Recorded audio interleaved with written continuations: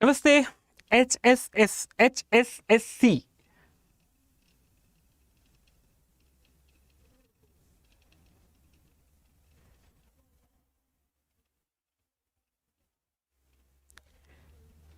नमस्ते, मेरा नाम है अवधेश विद्यालंकार। टीचर्स अड्डा के यूट्यूब मंच पर मैं आपका हार्दिक स्वागत एवं अभिनंदन करता हूं। HSSC का TGT की वैकेंसीज निकली हुई थी और सिलेबस क्या रहेगा इसको लेकर के नोटिफिकेशन में डाला हुआ था कि सिलेबस हम अपडेट कर देंगे। सिलेबस अपडेट हो चुका है और अपडेट होने के बाद आप लोगों को थोड़ा सा कन्फ्यूजन इसमें हो गया था कि सिलेबस संस्कृत को लेकर के क्या सिलेबस रहेगा। जो सिलेबस आयोग ने दिया है उसमें थोड़ी सी कन्फ्यूजन ये है कि जो सिलेबस दिया हुआ है उसमें बहुत ज़्यादा खुल करके बताया नहीं है संस्कृत विषय को विशेष रूप से। और आप सब लोगों की क्वेरी भी थी और मैं स्वयं इस पर अपने आप में रिसर्च कर रहा था कि मुझे किस तरह से ये सिलेबस आपको पूरा डिलीवर करना चाहिए कि आपको एग्जाम अच्छे से आप लोग दे पाएँ और आपका कोई भी चीज़ एग्जाम में सिलेबस से बाहर ना हो। तो मैंने आप लोगों के लिए एक सिलेबस बनाया है। उस सिलेबस के आधार पर मैं आप लोगों को सिलेबस दिखा देता हूं। एग्जाम पैटर्न क्या रहने वाला है, अगर आप लोग देखोगे नोटिफिकेशन में तो वहां दिया हुआ था एग्जाम पैटर्न के आप लोगों को 100 क्वेश्चन रहेंगे। ऑल क्वेश्चन कंपलसरी होंगे, बाइलिंगुअल रहेंगे, हिंदी इंग्लिश में दोनों में होंगे। हाँ, संस्कृत वाले केवल संस्कृत में होंगे। ऑफलाइन OMR शीट आप लोगों को दी जाएगी जिसमें कि आप लोगों को नेगेटिव मार्किंग नहीं होगी। गलत आंसर आप लोग दे देते हैं तो 100 क्वेश्चन में से अगर आप किसी एक प्रश्न का उत्तर गलत दे देते हैं तो आपको नेगेटिव मार्किंग नहीं है। लेकिन इन्होंने कहा है the total number of questions will be 100 with weightage of 0.95 marks for each question. एक प्रश्न के आप लोगों को 0.95 अंक आपको दिए जाएंगे, मतलब 100 प्रश्नों के 95 नंबर आपको मिलेंगे। वो जो 5 नंबर है वो सोशियो इकोनॉमिक कल्चर वाला जो है कॉन्सेप्ट उसके हैं। और लिखा हुआ है at least one of the 5 options of each question shall be filled necessarily. लेकिन आपको एक चीज यहां ध्यान देनी है कि आपको पेपर में तो 4 ही ऑप्शन रहेंगे, लेकिन जो OMR शीट दी जाएगी आपको उस पर 5 ऑप्शन होंगे। मतलब आप लोगों को 5 वहां पर गोले दिए होंगे। आपके OMR शीट में पहले 4 होंगे, तो आपको अगर पहले 4 में से कोई ठीक लगता है तो भर दीजिए, मान लिया कि। और फिर आगे कह रहे हैं कि अगर आप लोगों को किसी क्वेश्चन का आंसर नहीं आता है, आपको लगता है कि मुझे नहीं पता, तो आप उसको ब्लैंक नहीं छोड़ेंगे। ब्लैंक नहीं छोड़ेंगे मतलब ये है कि आप चाहो तो 4 में से कोई लगा दो, नहीं तो 5वां तो आप लोगों को भरना ही पड़ेगा कि नहीं मुझे नहीं आता ये वाला क्वेश्चन। तो इन्होंने कहा है कि 5 minutes extra shall be given to mark 5th option. अगर आपको नहीं आ रहा है, 4 ऑप्शन में से कोई नहीं आ रहा है और आपने फाइनली 100 प्रश्नों में से मान लिया 5 प्रश्न ऐसे छोड़ दिए कि जिन पे आप लोगों को नहीं पता क्या करना चाहिए, तो आप लोगों को 5 मिनट अतिरिक्त और दिए जा रहे हैं ताकि जो भी ऐसा क्वेश्चन लगे इसके लिए 5वां ऑप्शन आप भर दो। If candidate does not know any know the answer, अगर आपको आंसर नहीं पता है तो 5वां ऑप्शन भर दो। Total time allowed for the paper will be 100 + 5 minutes होगी, 105 मिनट आप लोगों को मिलेंगी। In case a candidate does not mark any of the 5 options for a question then 0.95 marks for each unattempted question shall be deducted. ये एक अपने आप एक नया नियम है जो कि अब से पहले नहीं देखा गया कि अगर आप लोगों को वो कोई क्वेश्चन नहीं आता है, आपने उसका आंसर नहीं भरा है, 4 में से भी नहीं भरा और 5वां भी आपने गोला नहीं किया, फिर आपको उस क्वेश्चन के बदले जो है वो 0.95 जो है आपके नंबर कटेंगे। मतलब एक क्वेश्चन आपने नहीं किया तो वो अपना नहीं किया का नंबर तो मिलेगा ही नहीं, एक क्वेश्चन का नंबर और कट जाएगा आप लोगों का। तो इसलिए आप लोगों के लिए बेहतर तो ये है कि अगर आपको नहीं भी आता है तो 4 में से फिर भी कोई सा भर दीजिएगा, क्या पता, क्योंकि लिखा हुआ है अगर आपने सही किया तो भी गलत किया तो भी रॉन्ग आंसर करने पर भी आपको कोई नेगेटिव मार्किंग नहीं है। एक तो बात आपको यहां से ये समझनी है, ठीक है। 5वां ऑप्शन भरने की जरूरत नहीं है, 4था ऑप्शन में से कोई भराएगा। ये एग्जाम पैटर्न पर मैंने बात कर ली। एग्जाम पैटर्न पर आपको कहा गया है 100 प्रश्न होंगे आपके लिए। अब आ जाते हैं संस्कृत के सिलेबस को लेकर के। मैं आपको यहां बताऊं इससे पहले मैं आपको एक बार वेबसाइट पर दिखा देता हूं। आपको जो वेबसाइट पर सिलेबस दिया हुआ है इन्होंने, संस्कृत का सिलेबस जब आप देखोगे यहां से वेबसाइट पर जाकर के आप लोगों को ऊपर ही दिया हुआ है अलग अलग सब्जेक्ट्स का, और संस्कृत पर आप लोग जाकर के देखोगे, क्लिक करोगे तो ये संस्कृत का सिलेबस है जिसमें कि आपको 10% अंक का मतलब है 100 में से 10 नंबर जो है आपके इन्वायरमेंटल अवेयरनेस पर है। ये पूरा का पूरा सिलेबस है उसका।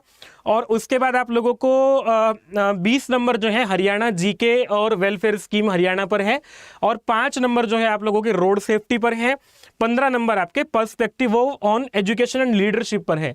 इन सब के लिए अलग अलग हमारे जो अध्यापक लोग हैं आप लोगों को अलग अलग विषय पर अलग अलग लोग पढ़ाएंगे। आपको पूरा का पूरा यूट्यूब पर भी क्लास होती है, ऐप पर भी आप लोगों को क्लास देखने को मिलेगी। मैं सीधा सीधा आता हूं, जो हमारा संस्कृत विषय है 50 नंबर का, तो आपका ये वाला भाग हो गया। बाकी सीधा जो संस्कृत वाला भाग है वो आपका 50 नंबर का रहेगा। 50 प्रश्न आपको संस्कृत के देखने को मिलेंगे। अब ये जो सिलेबस है इसमें थोड़ी सी आप लोगों को कंफ्यूजन हो सकती है, तो मैंने इसको पीपीटी पर थोड़ा सा एक्सप्लेन करने के लिए रखा है। अब मैं आता हूं सीधा सीधा संस्कृत के सिलेबस पर। तो संस्कृत के सिलेबस में आप लोगों को 4 खंड दिए हुए हैं, खंड क, ख और ग, और इसके बाद आप लोगों को घ। ये 4 खंड में आप लोगों को पूरा पेपर बांटा गया है 50 नंबर का। ये नहीं कहा गया कि कौन से खंड से क्या कुछ आएगा, कौन से खंड से कितना प्रतिशत आएगा, ये नहीं कहा गया। मतलब किसी खंड से कितने भी प्रश्न हो सकते हैं।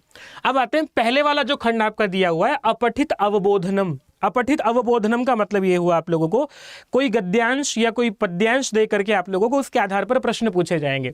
ये आप लोग देखते हैं जैसे सीटेट में पूछा जाता है, यूपी टेट में भी पूछा जाता है, या फिर केवीएस का एग्जाम में भी हुआ था, केवीएस में भी पूछा जाता है।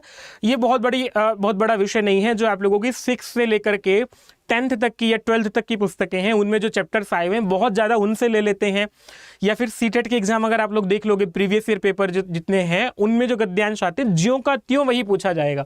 और आप लोग टीजीटी एग्जाम देने जा रहे हैं तो ये है भी बहुत सारे, लिस्ट में बहुत ज़्यादा झमेला आपके लिए है भी नहीं। तो अगला जो खंड आपका व्याकरण वाला है, जिस पर हम लोग पहले से चर्चा कर चुके हैं, व्याकरण वाला जो प्रकरण है इसमें आप लोगों को बहुत ज़्यादा परेशान होने की जरूरत नहीं। इन्होंने ज़्यादा सिलेबस नहीं दिया, जो सोचा था वही सिलेबस दिया हुआ है। कि आप लोगों को कहा है कि संज्ञा, संधि, समास, कारक, जो कि होता ही है व्याकरण में, संज्ञा, संधि, समास, कारक टीजीटी में सब जगह पूछे जाते हैं। ये भी इन्होंने भी पूछा है। प्रत्यय, उपसर्ग, 2 विषय आप लोगों के अव्यय, बहुत सरल सा विषय है। और शब्द रूप, धातु रूप से अक्सर टीजीटी में प्रश्न ना आए, कैसे हो सकता है सिलेबस में ना हो, तो है ही वो ज्यों का त्यों जो सोचा था। हम जो अपनी तरफ से पहले से पढ़ा रहे हैं आप लोगों को वही चीजें हैं। फिर विशेष्य विशेषण है, विलोम और पर्याय पद भी है। अब ये विलोम और पर्याय पद आप लोगों को जो ज्यादातर आपका एनसीईआरटी की पुस्तकें हैं उनमें से बहुत ज्यादा पूछते हैं हम लोगों को। तो ये तो लगभग आप लोगों को हम व्याकरण वाला भाग हो गया है। खंड ख पूरा हो गया है। अच्छा है, इसमें कोई दिक्कत नहीं है। कैंडिडेट को जो दिक्कत हो रही थी, खंड क में दिक्कत नहीं है, ख में दिक्कत नहीं है, सब कुछ समझ में आ रहा है। लेकिन जो खंड ग है उसमें इन्होंने लिख करके दे दिया ये वाली बात, साहित्य प्रकरण इसका नाम दिया है। और साहित्य प्रकरण में जो है पहला टॉपिक दिया है काव्य प्रकरण, जैसे रामायण, श्रीमद् भगवद गीता, अभिज्ञान शाकुंतलम आदि। अब ये थोड़ा सा अटपटा है, पहले कभी नहीं देखा ऐसा सिलेबस जैसा ही बनाया गया। हालांकि ये बहुत गड़बड़ किया है, ऐसे नहीं बनाना चाहिए था। यद्यपि मैं एक्सपर्ट के प्रति सम्मान के भाव से कहूंगा, पर ये बात भी बिल्कुल सही है कि बनाने वाले ने थोड़ा भी जो है इसमें प्रयास करने का प्रयास नहीं किया है कि इसको थोड़ा डिफाइन कर देते। और दूसरी बात जो है, काव्य प्रकरण का मतलब जो है रामायण कभी भी नहीं होता है। काव्य प्रकरण का मतलब श्रीमद् भगवद गीता कभी नहीं होता है। ठीक है, काव्य के अंतर्गत आप लोग महाकाव्य कहते, गद्य काव्य कहते, पद्य काव्य कहते, और या फिर अलग से नाट्य काव्य कहते, कुछ भी कहते आप लोग जो है। लेकिन रामायण जो है वो काव्य से बाहर होता है, आर्ष काव्य इनको अलग से कहा जाता है। गीता जो है वो आर्ष काव्य का भाग है, न कि सामान्य काव्य का। पर इसके आधार पर हम लोगों ने बना लिया है और इसमें एक नाम लिख दिया साहित्य दर्पण काव्य प्रकाश। इससे क्या पूछेंगे ये नहीं दिया है, ये आपका कंफ्यूजन है ना। साहित्य दर्पण में आप लोगों को अब 10 परिच्छेद हैं। टीजीटी के जो स्तर पर क्या पूछेंगे आप लोगों के मन में प्रश्न हो सकता है। काव्य प्रकाश में 10 उल्लास हैं, क्या पूछेंगे आप लोगों को जो है काव्य का लक्षण पूछेंगे, शब्द शक्ति पूछेंगे, उदाहरण पूछेंगे, क्या पूछेंगे नहीं बताया। मैं बताऊंगा आप लोगों को क्या पूछ सकते हैं इसमें से। छंद और अलंकार बहुत सामान्य बात है, ये दे ही दिया है आप लोगों को। अलंकारों के नाम नहीं दिए हैं, ये पूछेंगे। जनरली ये होता है कि जो टीजीटी का सिलेबस बनाया जाता है उसमें सामान्यतः नाम दे देते हैं अलंकारों के, पर नहीं दिए कोई बात नहीं है। पर ये कह दिया कि छंद और अलंकार पूछेंगे। लेकिन बाकी का जो है ये बहुत अटपटा सा इतना वाला भाग है। मैंने फिर इसको अपनी दृष्टि से जो आपके टीजीटी एग्जाम्स होते हैं अन्य राज्यों में या अन्य जो एग्जाम अब तक पिछले हुए हैं, सभी देख के आधार पर मैंने आप लोगों के लिए इसको देखते हुए एक पाठ्यक्रम बनाया है। काव्य प्रकरण कहने का क्या मतलब है? काव्य का मतलब ये होता है कि आप लोगों को अगर काव्य से प्रश्न पूछेगा अध्यापक, एग्जामिनर आपके लिए वो बनाएगा, पेपर बनाएगा, तो वो काव्य का लक्षण, जो काव्य के सभी आचार्यों ने अब तक लक्षण दिए हैं, भरत मुनि से लेकर के और अंतिम 17वीं शताब्दी तक जगन्नाथ तक जितने भी हुए हैं, चाहे वो भरत हैं, भामह हैं, मम्मट हैं, रुद्रट हैं, कैयट हैं, सबने जितने जितने जो आप लोगों को लक्षण दिए हैं, उन सब लक्षणों को आप लोगों को पता होना चाहिए। काव्य का प्रयोजन जो है वो दो के आधार पर, साहित्य दर्पण, काव्य प्रकाश के आधार पर जो आप लोगों को इसके प्रयोजन क्या बताए गए हैं ये पढ़ना चाहिए। और शब्द शक्ति भी आप लोगों को इसमें जो दूसरा उल्लास है काव्य प्रकाश में, साहित्य दर्पण में भी शब्द शक्ति वाला विषय है, दोनों के आधार पर शब्द शक्ति को भी पढ़ना चाहिए। अभिधा, लक्षणा, व्यंजना, ये काव्य प्रकरण कहने का मतलब होता है। सामान्य रूप से ये पहला दो उल्लास काव्य प्रकाश के तो आप लोगों को पढ़ने ही चाहिए। यही विषय साहित्य दर्पण में भी है। और काव्य प्रकरण कहने का मतलब क्या होता है? रस सूत्र पर जरूर पूछना चाहता है। बहुत छोटा सा विषय है, रस सूत्र भी पढ़िएगा। मैंने जो आप लोगों के लिए सोचा है वो ये सोचा है कि आपको रस सूत्र भरत मुनि का है, उस पर विभाव, अनुभाव, संचारी भाव क्या कुछ होता है और उस पर प्रमुख वाद क्या क्या है, उस पर भी आप लोग विचार कीजिएगा। अच्छा, और इसमें जैसे अभिज्ञान शाकुंतलम इन्होंने दिया है, नाम लिख दिया है और काव्य में ऐसा बोल दिया है, इसका मतलब ये है कि नाट्य साहित्य से आप लोगों को कुछ प्रश्न पूछेंगे। और कुछ प्रश्न जो नाट्य साहित्य में दो तरह से प्रश्न बनते हैं। एक तो हुआ कि नाट्य साहित्य के इतिहास से प्रश्न बनेंगे, कौन सा नाटक किसने लिखा, किसकी रचना है, क्या उनका पात्र है, ये हुआ।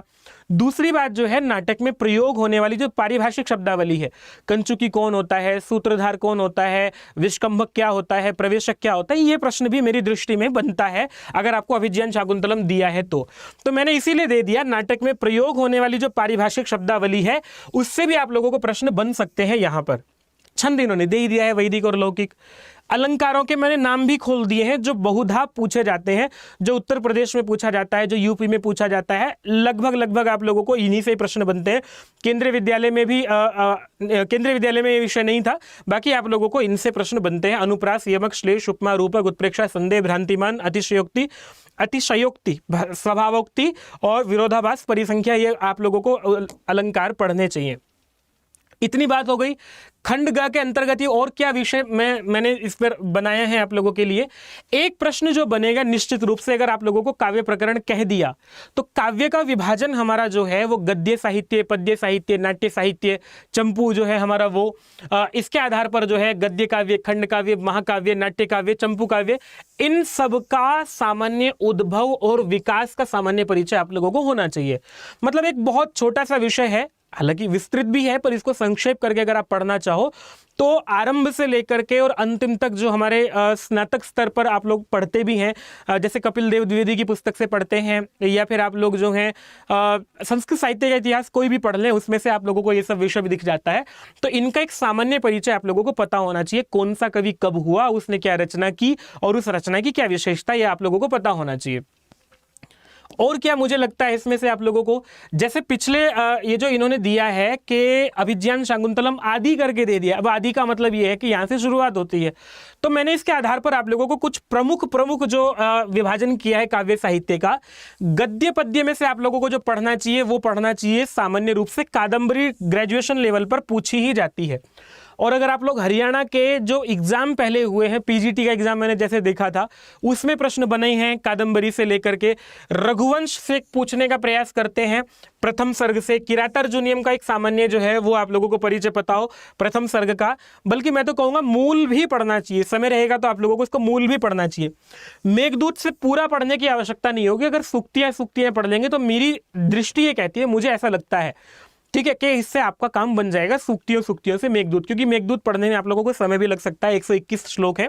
तो इसकी बजाय आप लोग जो है इनको तो कम से कम पूरा पढ़ लीजिएगा, कादम्बरी से भी, रघुवंश को भी, किरात को, प्रथम सर्ग को, और मेघदूत की केवल सूक्तियां। ये गद्य पद्य का मैंने इकट्ठा कर दिया। नाट्य साहित्य से जो है केवल अभिज्ञान शाकुंतलम का नाम दिया है, लेकिन बहुत ज्यादा प्रयास करते हैं उत्तर रामचरितम का तृतीय अंक से प्रश्न पूछने का भी। इससे आप लोग केवल सूक्तियां देख लेंगे तो भी काम हो जाएगा, या तृतीय अंक को अगर पढ़ पाए एक बार तो वो बहुत अच्छा है। तो इससे आप लोग, लेकिन शाकुंतलम के चौथे अंक को बिल्कुल मत छोड़ना, बल्कि इसका तो शाकुंतलम का पूरा परिचय आप लोगों को पता होगा। चौथा अंक तो पढ़ना ही पढ़ना है, इसके अतिरिक्त आप लोगों को पढ़ना चाहिए यहाँ से पूरा का पूरा इसको जितनी भी सूक्तियां हैं अभिज्ञान शाकुंतलम की सारी पूछनी चाहिए, क्योंकि आप लोगों को जो एग्जामिनर है उसके सामने जब ये सिलेबस जाएगा, वो जब ये देखेगा कि अभिज्ञान शाकुंतलम लिखा हुआ है, तो पूरी सूक्तियां, पूरे सातों के सातों अंकों से सूक्तियां पूछने का ऑप्शन उसके पास रहता है। और भी कुछ चीजें पूछी जाती हैं, तो अभिज्ञान शाकुंतलम अपने आप में एक पूरा आप लोगों को पुस्तक मान के चलनी चाहिए कि आपके पाठ्यक्रम में है। अब आ जाते हैं आप लोगों को, और क्या इससे प्रश्न बनता है। खंड ग में ही इन्होंने एक चीज दे दी है कि श्रीमद् भगवत गीता का नाम दे दिया है, लेकिन मैंने इसको इस तरह से देखा कि आप लोगों को यहां दर्शन खंड से पूछने का प्रयास जो रहेगा। आस्तिक और नास्तिक 9 दर्शन है, 9 दर्शनों का सामान्य आप परिचय पता होना चाहिए। कौन से दर्शन के प्रणेता कौन है, उनके क्या क्या विचार हैं, क्या क्या उनके सिद्धांत है, ये सामान्य आप लोगों को पता होना चाहिए। और एक प्रश्न जो बहुत महत्वपूर्ण बनता है, जो बना बनाया सा प्रश्न है, कौन आचार्य, कौन दर्शन कितने प्रमाण मानता है, ये प्रश्न आप लोगों को यहां से बनता है। और गीता से जो है आप लोगों को क्या पूछा जा सकता है, आप लोगों को पाठ्यक्रम में दूसरा अध्याय तो पढ़ करके जाइएगा ही। हालांकि गीता एक ऐसा विषय है जिसके एग्जामिनर के सामने गीता लिखा हुआ है, श्रीमद् भगवत गीता, और श्रीमद् भगवत गीता को संस्कृत पढ़ने वाला व्यक्ति उसको आसानी से 10, 15, 20, 50 श्लोक याद होते ही होते हैं। तो क्या पता कौन सा श्लोक रख दें, लेकिन फिर भी अब 700 श्लोक हैं, विद्यार्थी का 700 श्लोक पढ़ेगा नहीं। इसमें से आप लोगों को दूसरा अध्याय जरूर पढ़ना चाहिए, क्योंकि दूसरे अध्याय के श्लोक बहुत प्रचलित भी हैं और वो पूछे भी जाते हैं, टीजीटी लेवल पर पढ़ाया भी जाता है। और हरियाणा की कई विश्वविद्यालयों में दूसरा अध्याय लगा हुआ भी है। इसके अतिरिक्त आप लोगों को 18 के 18 अध्यायों के नाम, उनकी श्लोक संख्या पता होनी चाहिए और उनमें क्या क्या विषय आया हुआ है ये जरूर पता होना चाहिए। यही प्रश्न इससे बनते हैं, गीता से मेरी दृष्टि में इतना पर्याप्त है। अब आते हैं भैया चौथा जो आप लोगों को दिया हुआ, ये बहुत ठीक दिया हुआ है, वैदिक प्रकरण इसका नाम है, और इसमें दिया हुआ है वैदिक साहित्य का सामान्य परिचय। सामान्य परिचय से तात्पर्य संहिता, ब्राह्मण, आरण्यक, उपनिषद, इनका सामान्य परिचय। कौन से वेद का कौन सा ब्राह्मण है, कौन सा आरण्यक है, कौन सा उपनिषद है, छोटा सा विषय है, लेकिन नंबर इसमें कटते इसलिए है क्योंकि याद नहीं रहता, तो इसको ध्यान से पढ़िएगा। और मैंने इसको फिर आप लोगों को वैदिक प्रकरण में ही बांटा है। आर्ष महाकाव्य को आप लोगों को रामायण महाभारत का सामान्य परिचय आपको पता होना चाहिए, और पुराण साहित्य भी दिया है, पुराणों का सामान्य परिचय भी जो है आप लोगों को पता होना चाहिए, क्योंकि ये इन्होंने लिख करके ही दिया है। अगर आप लोग देखोगे, देखो मैं आपको दिखाता हूं, ये सीधा सीधा इन्होंने यहां पर लिख करके दिया है कि वेद, दर्शन, उपनिषद, पुराण, षड वेदांग आदि, वेदांगों का परिचय भी सामान्य रूप से आप लोगों को होना चाहिए। हाँ, उसमें शायद छूट गया क्या, हमसे होना चाहिए, लिखा हुआ है वेदांग परिचय। वैदिक साहित्य में वेद का अंग, कौन सा अंग जो है उसको क्या कहा जाता है, ये आप लोगों के लिए पाठ्यक्रम मेरी दृष्टि में अब जाकर के पूरा हुआ है, जो कि HSSC का काम था, वो मुझे करना पड़ा फिर। ठीक है, ये हुआ। अब इसकी तैयारी कैसे करेंगे? YouTube पर 1 बजे क्लास होती है आप लोगों की, आप लोगों को पता है, नहीं पता तो YouTube पर डेली जाकर के क्लास देखिएगा। मैं आपको पूरा का पूरा सिलेबस YouTube पर भी इसके प्रश्न उत्तर कराऊंगा, ऐसे संबद्ध जो क्लासेस आप लोगों की YouTube पर होंगी। और मैंने इसके लिए जो बैच बनाया है निश्चय HSSC हरियाणा TGT का, 13 मार्च से शुरू हुआ है। आप लोगों को संस्कृत की क्लास शाम को 6 बजे होती है। बाकी भी जो आपका जो 50 नंबर का जो पेपर बाकी आधा बचता है, वो 50 नंबर वाला भी पूरा का पूरा इसमें आप लोगों को बैच में पढ़ाया जाएगा। कैसे पढ़ाया जाएगा? आप लोगों को जाकर के वेबसाइट पर जाना है, वेबसाइट पर जाकर के आप लोग इसको अड्डा 24/7 सर्च कर लीजिएगा। ये रहा अड्डा 24/7। देखो क्या है ना, अगर आप लोगों के पास इतनी सारी वैकेंसीज हैं, एक ही बार एग्जाम होगा 2015 के बाद अब हो रहा है, तो अब आप लोगों को रिस्क नहीं लेना चाहिए। या तो आप पूरे मन से, पूरे तैयारी से जो है इसकी तैयारी करें। अगर अपने आप से कर सकते तो बहुत अच्छी बात है, नहीं कर सकते तो मैं तो तैयारी आप लोगों को करा ही रहा हूँ। जो लोग जुड़े हुए हैं, 13 तारीख से बैच शुरू हो गया है। व्याकरण हमने काफ़ी से कुछ पढ़ चुके हैं, समास पढ़ चुके हैं, कारक पढ़ चुके हैं। तो आप लोगों को अड्डा 24/7 की वेबसाइट पर जाकर के देखना है। यहाँ आप लोगों को ऑल कोर्सेज में टीचिंग, और टीचिंग में HSSC TGT लिखा हुआ होगा। आप लोगों को यहां जाके दिखाई देगा, व्यू ऑल पर क्लिक करेंगे आप लोग, और यहां निश्चय बैच दिखाई देगा संस्कृत का। संस्कृत के निश्चय बैच में आप लोगों को जो 13 मार्च से शुरू हुआ है, यहां पूरा डिस्क्रिप्शन में आप लोग जाकर के देखेंगे तो अंशिका मैम की क्लास होती है शाम को 12 बजे। रोड सेफ्टी जो आपको अनुपम सर पढ़ाएंगे रात्रि 9 बजे। दिशा मैम आपको 4 से 5 पढ़ाएंगी, जो कि लीडरशिप वाला पोर्शन है, perspective of education and leadership. Sanskrit वाला भाग 6 से 7 मैं आपको पढ़ाता हूँ, 6 से 8 भी कक्षा करेंगे हम इसकी, जिस हिसाब से आपका रहेगा सिलेबस। जो अपडेटेड सिलेबस है वो यहाँ अपडेट हो जाएगा आप लोगों को। मैं अपडेटेड सिलेबस ही पढ़ा रहा हूँ अभी, हमने पहले सिलेबस कुछ और सोच के रखा था अभी आप लोगों के लिए। तो ये आपका 13 मार्च से शुरू हुआ है और जब तक आपका एग्जाम होगा उसके अनुसार आपकी पूरी जिम्मेदारी जो है वो हमारी है, आपको पूरा तैयार करना, ये सब हमारा काम है। कैसे आप लोगों को एनरोल करना है इसमें, 9,999 रुपये वैसे लिखा हुआ है, लेकिन आपको एक कोड यूज करेंगे यहाँ Y321। तो ये कोड यूज करके 2,299 रुपये दिखा रहा है आप लोगों को। डिस्क्रिप्शन में एक लिंक दिया हुआ है, डिस्क्रिप्शन में जब आप वीडियो देख रहे हैं डिस्क्रिप्शन में जाएंगे, एक लिंक दिया हुआ है डाउनलोड और अड्डा ऐप पर जाकर के अगर आप लोग इसको परचेज करेंगे तो वहां आप लोगों को कुछ और डिस्काउंट में मिल करके लगभग ये 2100 या 2,000-2,100 के बीच में आप लोगों को ये जो बैच है वो पड़ेगा। अब देखो आप लोगों के ऊपर है, डिसाइड आप कर सकते हैं। अगर आपको लगता है कि ये विषय आप अपने आप से पढ़ सकते हैं तो अपने आप से पढ़िए, अगर लगता है हमारे साथ पढ़ना चाहते हैं तो हमारे साथ भी पढ़ सकते हैं। पूरा का पूरा जो है आप लोगों को प्रीवियस ईयर पेपर के आधार पर, जो अन्य राज्यों में एग्जाम हुए हैं उनके आधार पर मैं सब चीज़ें आप लोगों को कराऊंगा बैच में आप लोगों को पूरा का पूरा सिलेबस कवर कराना। भले ही एग्जाम जो है जैसे कि सुन रहे हैं कि मई शुरू में या अप्रैल लास्ट में एग्जाम हो सकता है, मतलब हमारे पास आराम से 1 से 1.5 महीने के बीच तो टाइम है ही। तो इस 1 से 1.5 महीने में आप लोग चाहते हैं कि सिलेबस पूरा हो जाए, तो मैं आप लोगों को पूरा सिलेबस और विद क्वेश्चन आंसर ये पूरा का पूरा मैं आप लोगों को कराने वाला हूँ। तो जैसे कि आप लोगों की बहुत डिमांड थी कि सर सिलेबस क्या रहेगा और कन्फ्यूजन था, मैं आशा करता हूँ आप लोगों को कन्फ्यूजन अब दूर हुआ होगा। ऐसी और भी वीडियोज आप लोग चाहते हैं तो अड्डा 24/7 के यूट्यूब चैनल को सब्सक्राइब कर लीजिएगा, वीडियो को लाइक कर दीजिएगा। कोई क्वेश्चन है शेयर आप अपना कमेंट सेक्शन में जाकर के क्वेश्चन को शेयर भी कर दीजिएगा। मैं फिर मिलता हूँ आप लोगों को दोपहर 1 बजे वाली क्लास में डेली। तब तक के लिए नमस्ते।